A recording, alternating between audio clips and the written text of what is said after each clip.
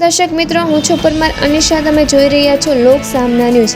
તો જોઈએ આજના સમાચાર સુરેન્દ્રનગરથી અમારા રિપોર્ટર તૃપ્તિ શાહ સાથે. એલસીબી ટીમે ગુનાના લૂંટમાં છેલ્લા 9 વર્ષથી નાચતા ફરતા આરોપીને ઝડપી પાડી કાયદેસરની કાર્યવાહી હાથ ધરવામાં આવેલ છે.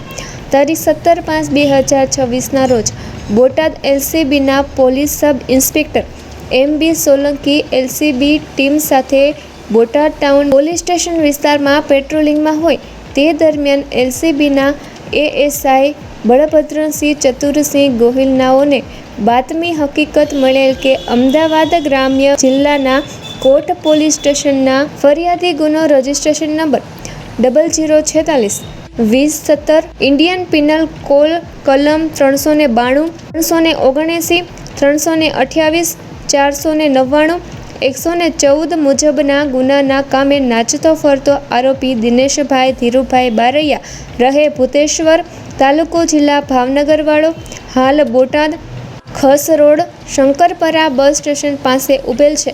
તે બાતમી હકીકત આધારે ઉપરોક્ત નાચતો ફરતો આરોપી દિનેશભાઈ ધીરુભાઈ બારૈયા ધંધો ડ્રાઇવિંગ રહે ભૂતેશ્વર, તાલુકો જિલ્લો ભાવનગરવાળાને પકડી પાડી કાયદેસરની કાર્યવાહી હાથ ધરવામાં આવેલ છે. તો ફરી મળીશું એક નવા સમાચાર સાથે. ત્યાં સુધી જોતા રહો લોક સામના ન્યૂઝ.